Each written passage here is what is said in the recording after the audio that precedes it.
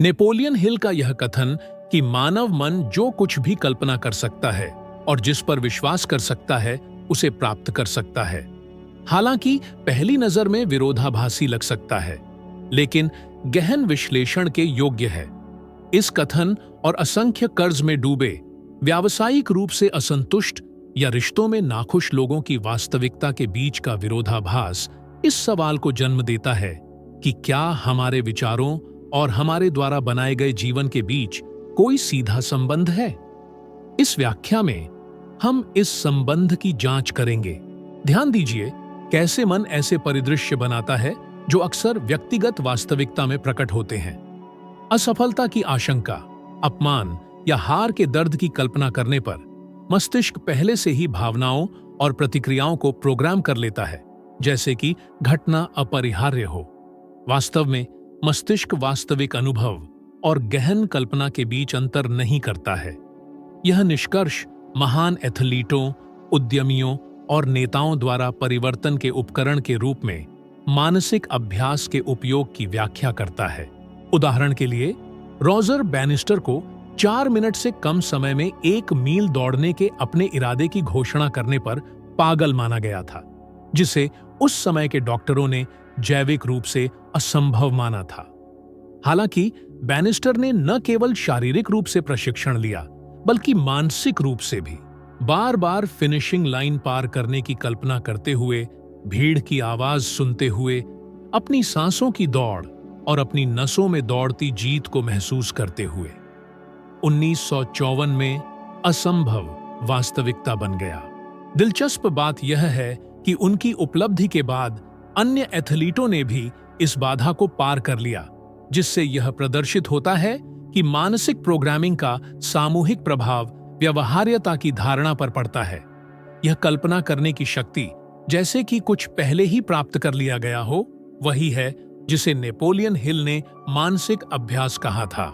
जागने पर और बकाया कर्जों पर ध्यान केंद्रित करने के बजाय खुद को $50,000 के अनुबंध पर हस्ताक्षर करते हुए देखना, कागज पर पेन के फिसलने को महसूस करना, मुस्कुराना और ग्राहक का अभिवादन करना, शरीर इस तरह प्रतिक्रिया करता है जैसे कि यह घटना वास्तविक हो।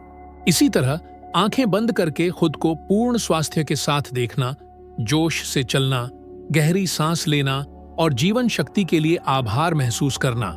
तंत्रिका तंत्र इस अनुभव को सत्य के रूप में दर्ज करता है और शरीर और मन को सामंजस्य स्थापित करने के लिए आंतरिक समायोजन शुरू करता है। तंत्रिका विज्ञान इस प्रक्रिया को न्यूरोप्लास्टिसिटी कहते हैं, जो नए तंत्रिका मार्ग बनाने और उन कनेक्शनों को मजबूत करने की मस्तिष्क की क्षमता है जो भविष्य के व्यवहारों को निर्देशित करते हैं। भावनाओं से भरपूर दृश्य की प्रत्येक पुनरावृत्ति इन तंत्रिका मार्गों को मजबूत करती है, जैसे कि एक मैदान में बार बार पैदल चलने से रास्ता बन जाता है। अपने स्वयं के जीवन पथ पर विचार करें। आपने कितनी बार अपनी असंभवता के पूर्वानुमान के कारण किसी सपने को त्याग दिया है?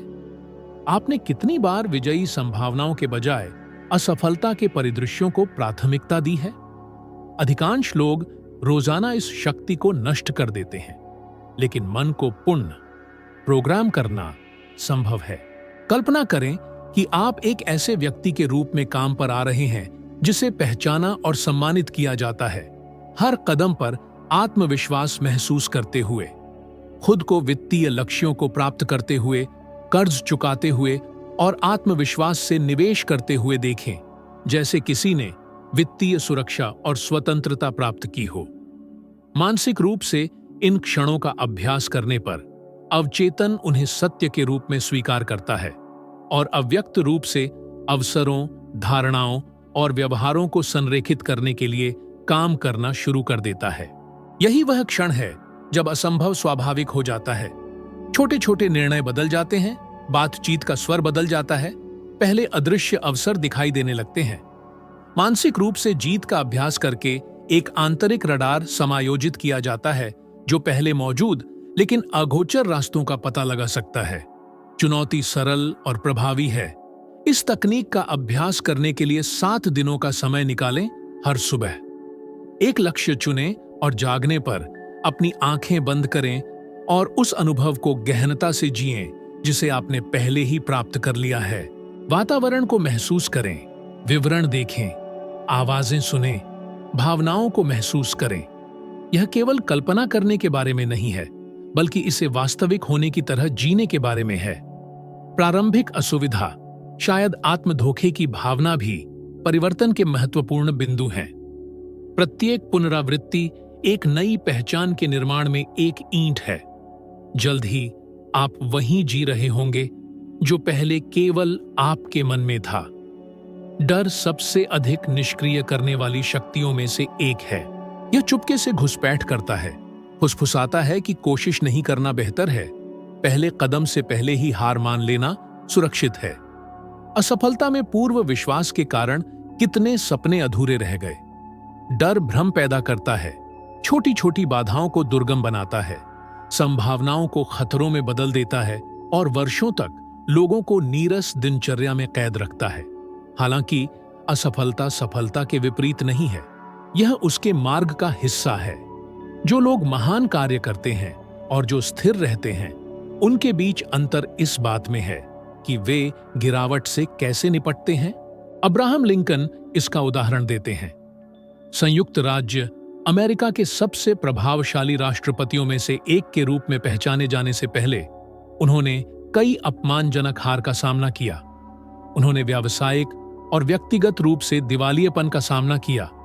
कर्ज चुकाने में 17 साल लगे, लगातार 8 चुनाव हारे और अपनी पत्नी की मृत्यु जैसे विनाशकारी व्यक्तिगत त्रासदियों का सामना किया। एक सामान्य व्यक्ति हार मान लेता। हालांकि लिंकन ने प्रत्येक असफलता को एक सबक के रूप में, प्रत्येक हार को एक बड़े मिशन की तैयारी के रूप में माना। डर मौजूद था, लेकिन इसने उसे नियंत्रित नहीं किया। अपनी वास्तविकता का विश्लेषण करते हुए आपने डर के कारण कितने अवसर गंवाए हैं? आपने कितनी बार कोई व्यवसाय शुरू करने, करियर बदलने, कोई परियोजना शुरू करने या किसी प्रतिभा को व्यक्त करने पर विचार किया है, लेकिन एक आंतरिक आवाज के सामने पीछे हट गए जो आपको बताती है कि यह इसके लायक नहीं होगा। डर यह विश्वास दिलाता है कि कोशिश करने का दर्द कोशिश न करने के पछतावे के दर्द से अधिक है, लेकिन यह पछतावा धीरे धीरे और लंबे समय तक नष्ट करता है, किसी भी अस्थायी असफलता से कहीं अधिक। रहस्य डर के साथ संबंध को बदलना है, इसे दुश्मन के रूप में नहीं, बल्कि इस बात के संकेतक के रूप में देखना है कि आप सही रास्ते पर हैं, क्योंकि हर चीज जो इसके लायक है उसे साहस की आवश्यकता होती है।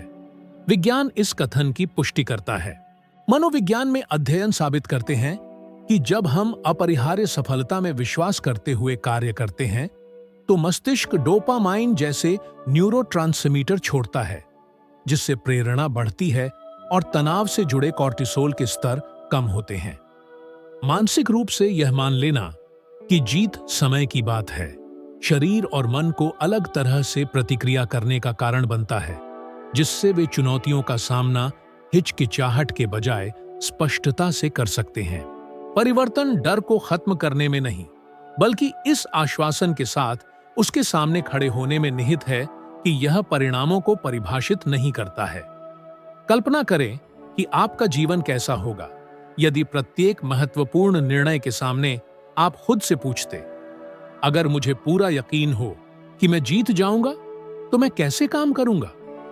इस प्रश्न में अदृश्य बेड़ियों को तोड़ने की शक्ति है, क्योंकि यह ध्यान को असुरक्षा से विश्वास में स्थानांतरित करता है।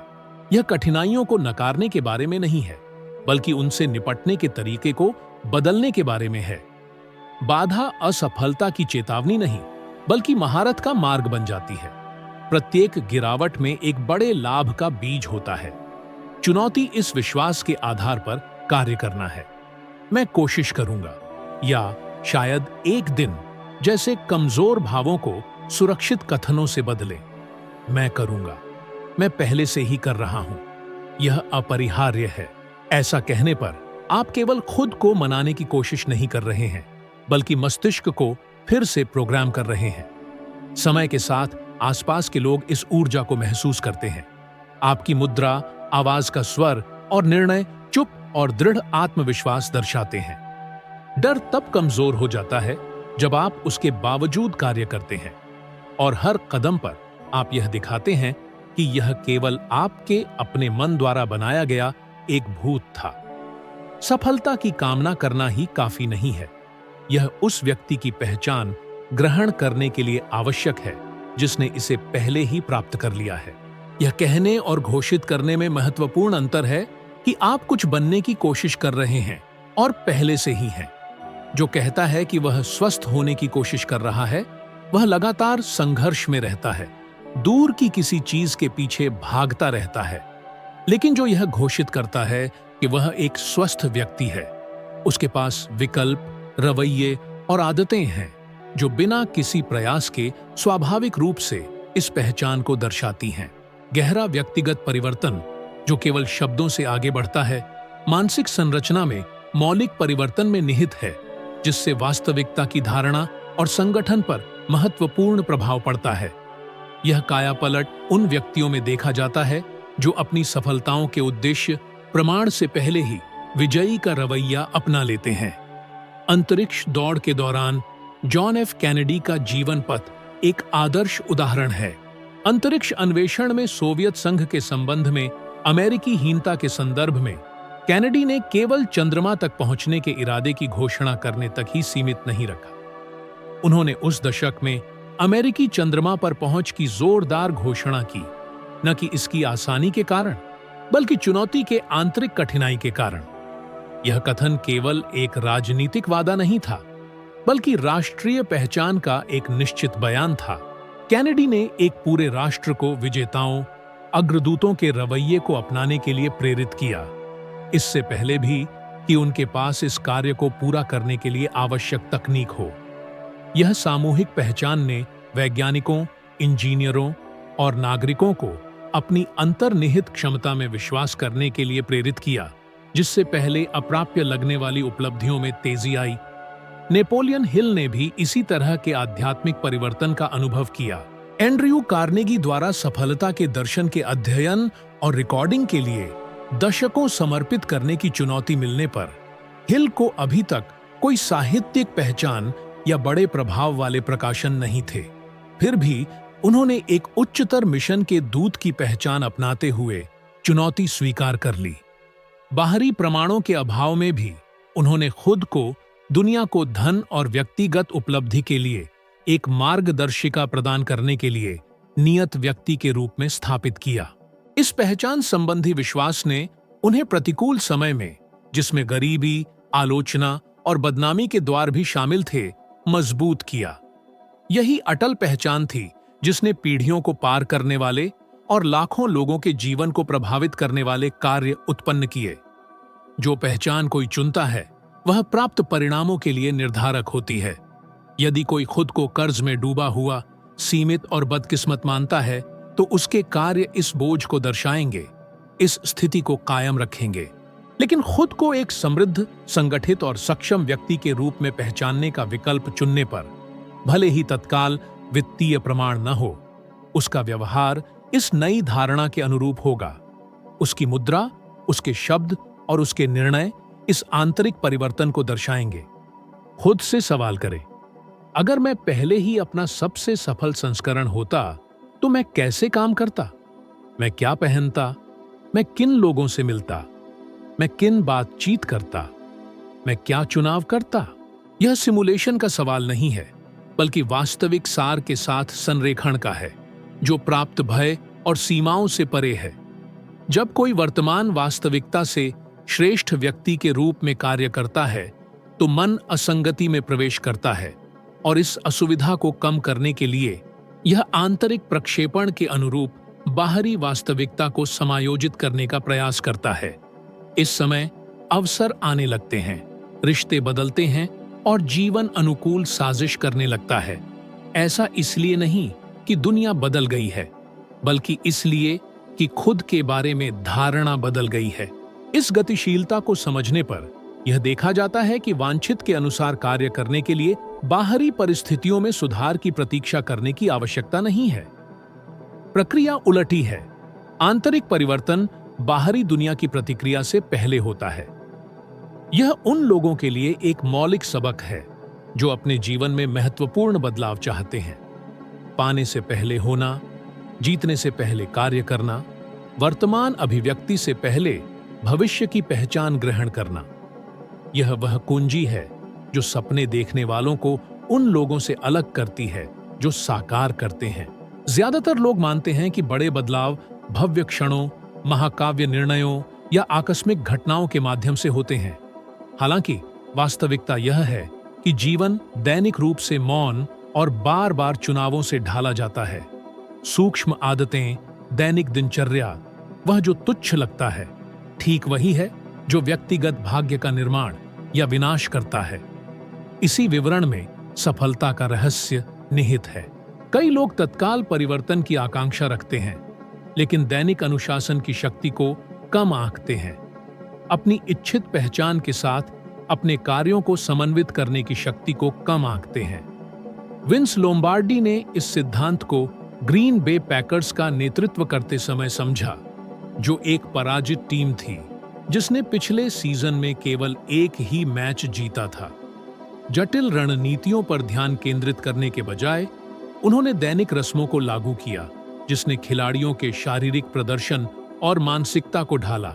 दिनचर्या के प्रत्येक विवरण, प्रशिक्षण से लेकर मैदान के बाहर के व्यवहार तक, सावधानी पूर्वक योजना बनाई गई थी ताकि वे खिताब हासिल करने से पहले ही चैंपियन की पहचान को आत्मसात कर सके।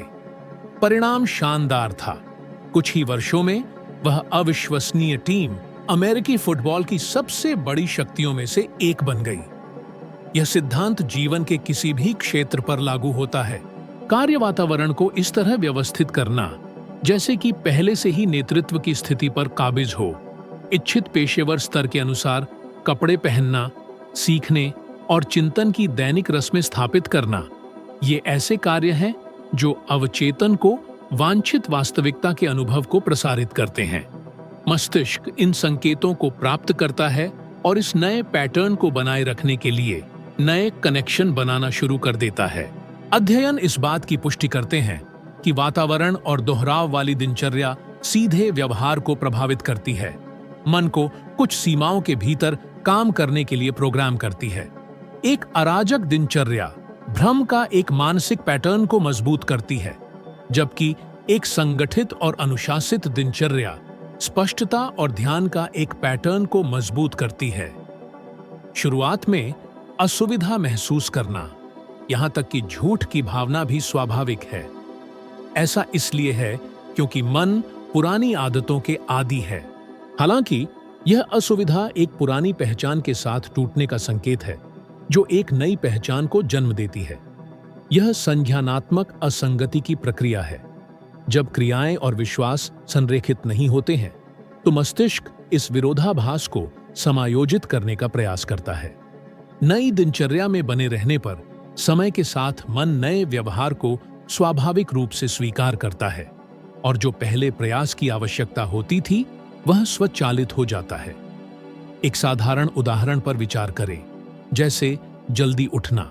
जो देर तक सोने की आदत में है, उसके लिए सूरज उगने से पहले उठना असंभव लग सकता है, लेकिन जब यह दिनचर्या में बदल जाता है तो यह त्याग नहीं रह जाता और पहचान का हिस्सा बन जाता है। यही बात आपकी कमाई के 1% को आरक्षित करने पर भी लागू होती है, भले ही वह कुल का केवल 10% ही क्यों न हो। शुरुआत में यह एक कठिन प्रयास लग सकता है, लेकिन जब इसे रोजाना दोहराया जाता है तो यह स्वचालित हो जाता है, जब तक कि एक ऐसे भंडार के संचय का एहसास न हो जाए जो वित्तीय सुरक्षा को महत्वपूर्ण रूप से बदल देता है। बड़ी मुसीबत छोटी स्थिरता के प्रति प्रतिबद्धता के बिना बड़े परिणामों की अपेक्षा में शॉर्टकट की तलाश में है। यही कारण है कि कई लोग असफल हो जाते हैं। रहस्य ऐसी दैनिक रस्मों को बनाना है जो वांछित जीवन के अनुरूप हों। जिन 3 बातों के लिए आप आभारी महसूस करते हैं, उन्हें रोजाना लिखें। अपनी जगह को उसी तरह व्यवस्थित करें जैसे कोई सफल व्यक्ति करता है। किसी ऐसे विषय के अध्ययन के लिए 15 मिनट समर्पित करें जो दृष्टिकोण का विस्तार करे। उन बातचीत में निवेश करें जो स्तर को ऊंचा उठाए। ये प्रतीत होने में छोटे कार्य हैं, लेकिन जो दोहराए जाते हैं वे जमा होते हैं और चुपके से नई पहचान को ढालते हैं। समय के साथ ये रस्में न केवल व्यवहार को बल्कि आत्मधारणा को भी बदल देती हैं। कोई खुद को किसी ऐसे व्यक्ति के रूप में देखना छोड़ देता है जो कोशिश कर रहा है और खुद को किसी ऐसे व्यक्ति के रूप में देखना शुरू कर देता है जो पहले से ही है। यह इस बिंदु पर है कि बाहरी दुनिया अलग तरह से प्रतिक्रिया करती है, क्योंकि अब क्रिया उस व्यक्ति की नहीं है जो बदलना चाहता है, बल्कि उस व्यक्ति की है जो पहले ही बदल चुका है। हम दैनिक रूप से जिन शब्दों का उपयोग करते हैं उनमें हमारी कल्पना से कहीं अधिक शक्ति होती है। वे केवल संचार के साधन नहीं हैं, बल्कि अवचेतन को भेजे गए प्रत्यक्ष आदेश हैं जो चुपके से हमारी धारणा और हमारे कार्यों को ढालते हैं। मैं नहीं कर सकता, मैं कोशिश करूंगा, शायद यह सही हो जाए, जैसे वाक्यांशों को दोहराना मन को संदेह को एक मानक के रूप में स्वीकार करने के लिए प्रोग्राम करता है, जिससे असुरक्षा और झिझक के लिए अनुकूल माहौल बनता है। इसके विपरीत विश्वास की भाषा का उपयोग करना, जैसे मैं करूंगा, मैं हूं, यह पहले से ही हो रहा है, मन को इसे सत्य के रूप में प्राप्त करने के लिए प्रेरित करता है। इस नई वास्तविकता को बनाए रखने के लिए व्यवहार को संरेखित करता है। विंस्टन चर्चिल की कहानी दर्शाती है कि कैसे भाषा भाग्य को बदल सकती है। द्वितीय विश्व युद्ध के सबसे महत्वपूर्ण क्षणों में से एक में, जब इंग्लैंड कमजोर हो गया था, उसने अनिश्चितता व्यक्त नहीं की। उसने हम प्रतिरोध करने की कोशिश करेंगे नहीं कहा। उसने पूर्ण दृढ़ता से घोषित किया, हम कभी हार नहीं मानेंगे। ये शब्द केवल एक भाषण नहीं थे, बल्कि निराशा के कगार पर एक राष्ट्र में एक मनोवैज्ञानिक किले का निर्माण था। इन बयानों को सुनकर ब्रिटिश नागरिकों का मानना था कि प्रतिकूल परिस्थितियों के बावजूद भी जीत संभव है। भाषा ने एक लोगों की पहचान को ढाला और इतिहास के पाठ्यक्रम को बदल दिया। अपने जीवन पर विचार करें, कितनी बार आपके सपनों को कमजोर शब्दों के उपयोग से तोड़ दिया गया बिना आपके ध्यान में आए। मैं अपने कर्ज चुकाने की कोशिश करूंगा कहने से अवचेतन मन को असफलता की संभावना का संचार होता है, जिससे क्रिया कमजोर हो जाती है। हालांकि मैं अपनी वित्तीय स्वतंत्रता का निर्माण कर रहा हूं कहने से निश्चितता का संचार होता है, जिससे संसाधनों का प्रबंधन, अवसरों के प्रति दृष्टिकोण और दृढ़ संकल्प में वृद्धि होती है। मनोविज्ञान सिद्ध करता है, अध्ययन दर्शाते हैं कि हमारी भाषा विभिन्न मस्तिष्क सर्किट को सक्रिय करती है। अनिश्चित वाक्य चिंता और भय से जुड़े क्षेत्रों को सक्रिय करते हैं, जबकि दृढ़ वाक्य आत्मविश्वास और निर्णय लेने से संबंधित क्षेत्रों को सक्रिय करते हैं। अपनी भाषा पर निगरानी करना महत्वपूर्ण है। हमें धीरे धीरे सीमित अभिव्यक्तियों को समाप्त करना चाहिए, उन्हें मजबूत कथनों से बदलना चाहिए। यह आंतरिक संवाद पर लागू होता है, अपने आप से होने वाली मौन बातचीत और दूसरों के साथ संचार पर। मुझे उम्मीद है कि यह सही हो जाएगा को यह सही हो जाएगा से बदलना मन को फिर से प्रोग्राम करता है।